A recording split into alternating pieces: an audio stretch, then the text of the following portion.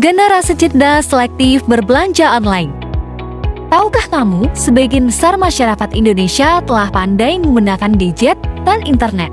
Tapi, apa benar semuanya melek teknologi? Jawabannya, tidak. Menurut riset, dari sebagian besar orang yang menggunakan gadget, hanya 1 dari 10 orang yang dapat dikategorikan melek teknologi. Jadi, apa itu melek teknologi? Melek teknologi bukan hanya sekedar menitik beratkan pada kecakapan berteknologi, melainkan juga kemampuan bermedia digital dengan penuh tanggung jawab agar tidak merugikan diri sendiri dan orang lain. Kemampuan bermedia digital yang baik penting kita aplikasikan di segala kondisi, terutama pada saat berbelanja online. Bayangkan jika kamu tidak memiliki kemampuan bermedia digital yang baik pada saat berbelanja online, kamu pastinya akan bingung. Apa itu COD, pay later, pre-order, refund, dan masih banyak lagi. Di saat otakmu sedang kebingungan dengan itu semua, kemungkinan terburuk yang dapat kamu terima adalah ketipu. Sebagai contohnya, mari simak cerita berikut. Halo, namaku Ningsih. Aku suka sekali berbelanja. Dulu, aku dapat menghabiskan seharian waktuku hanya untuk berbelanja.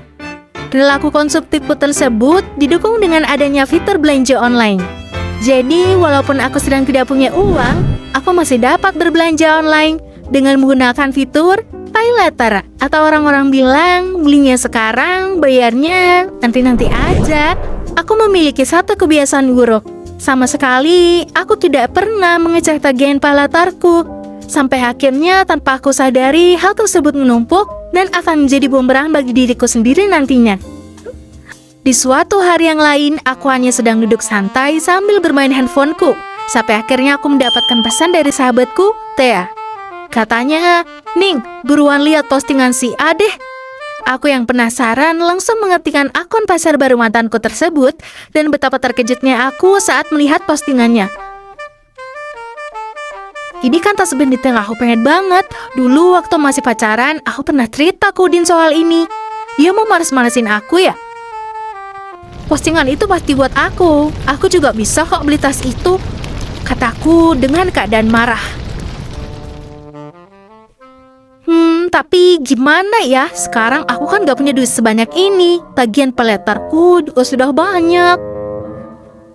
Di tengah kegalauan Ningsih, ia menemukan toko online yang menjual tas tersebut kurang dari setengah harga pasar.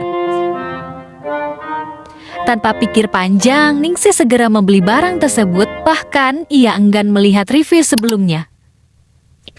Waktu demi waktu berlalu, tiba saatnya bagiku untuk menerima paket yang aku pesan sepekan lalu. Aku sangat senang. Aku tidak sabar mengenakan tas baruku.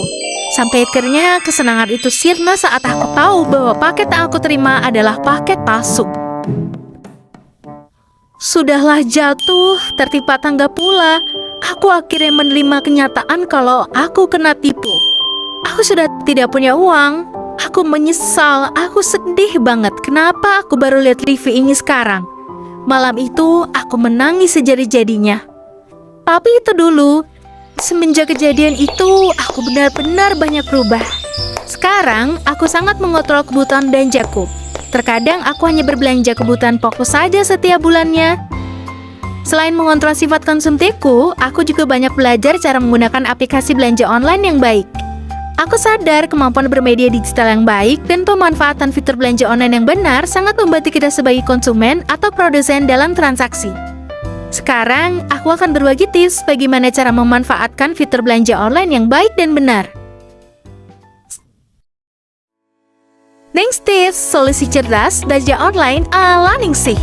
Hal pertama yang dapat kamu lakukan adalah membandingkan barang dari satu toko online ke toko lainnya, sehingga kamu tahu jika ada sesuatu yang aneh pada barang kamu, seperti barang palsu atau barang rusak. Hal kedua yang kamu perlu lakukan adalah memperhatikan harga barang. Jangan pernah cepat tergiur dengan diskon besar dan harga yang murah saja. Selalu lakukan update pada harga pasar, apakah harga yang tercantum normal atau terlalu murah dari harga rata-rata pasarnya. Kamu dapat dengan mudah mengetahui harga pasar dengan cara browsing di internet.